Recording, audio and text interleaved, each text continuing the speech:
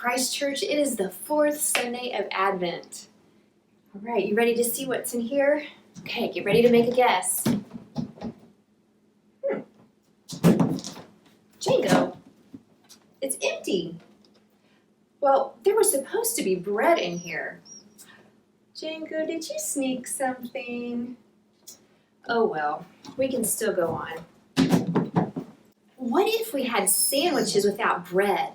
Or tacos without tortillas? Or breakfast without pancakes? I can't really imagine that.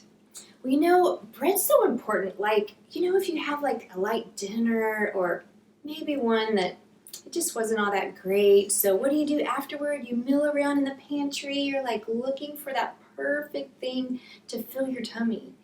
And then what do you usually find to satisfy your hunger? Bread. Well, Mary and Joseph were going on a journey, and I know you know the town where they were going to when baby Jesus was born. Yep, Bethlehem.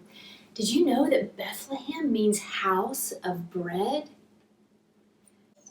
Jesus told us in John 6:35, he says, I am the bread of life. He who comes to me will not hunger. He who believes in me will not thirst. Isn't that cool to know that the bread of life was born in a town called the House of Bread? Well, because Jesus is the bread of life, we can come to him when we feel like our souls are hungry, like we need something and we just don't know what. Our lives can be so busy with everything that's going on the outside, like our homework, school, our sports activities, music lessons, and the list goes on and on and on.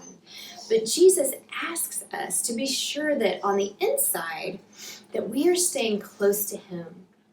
Well, what Jesus teaches us in Mark 1 is how to keep our souls close to God the Father. So Jesus has had an extremely busy day, like not Christmas shopping busy, like busy healing people and driving out evil spirits. He even healed Peter's mother-in-law. And I'm sure he was so exhausted. But the next morning, do you know what he does? Mark 1:35 tells us, very early in the morning, while it was still dark, Jesus got up, left the house, and went off to a place by himself where he prayed. Jesus went to spend time with his heavenly Father to get filled up for the next day. And that's what Jesus calls us to do too, to come to him, to keep our hearts close to him. Well, the amazing thing about Jesus being the bread of life is that he never runs out.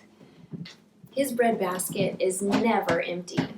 Jesus always has exactly what we need, because what we need is him. And he alone can satisfy that hunger in our soul.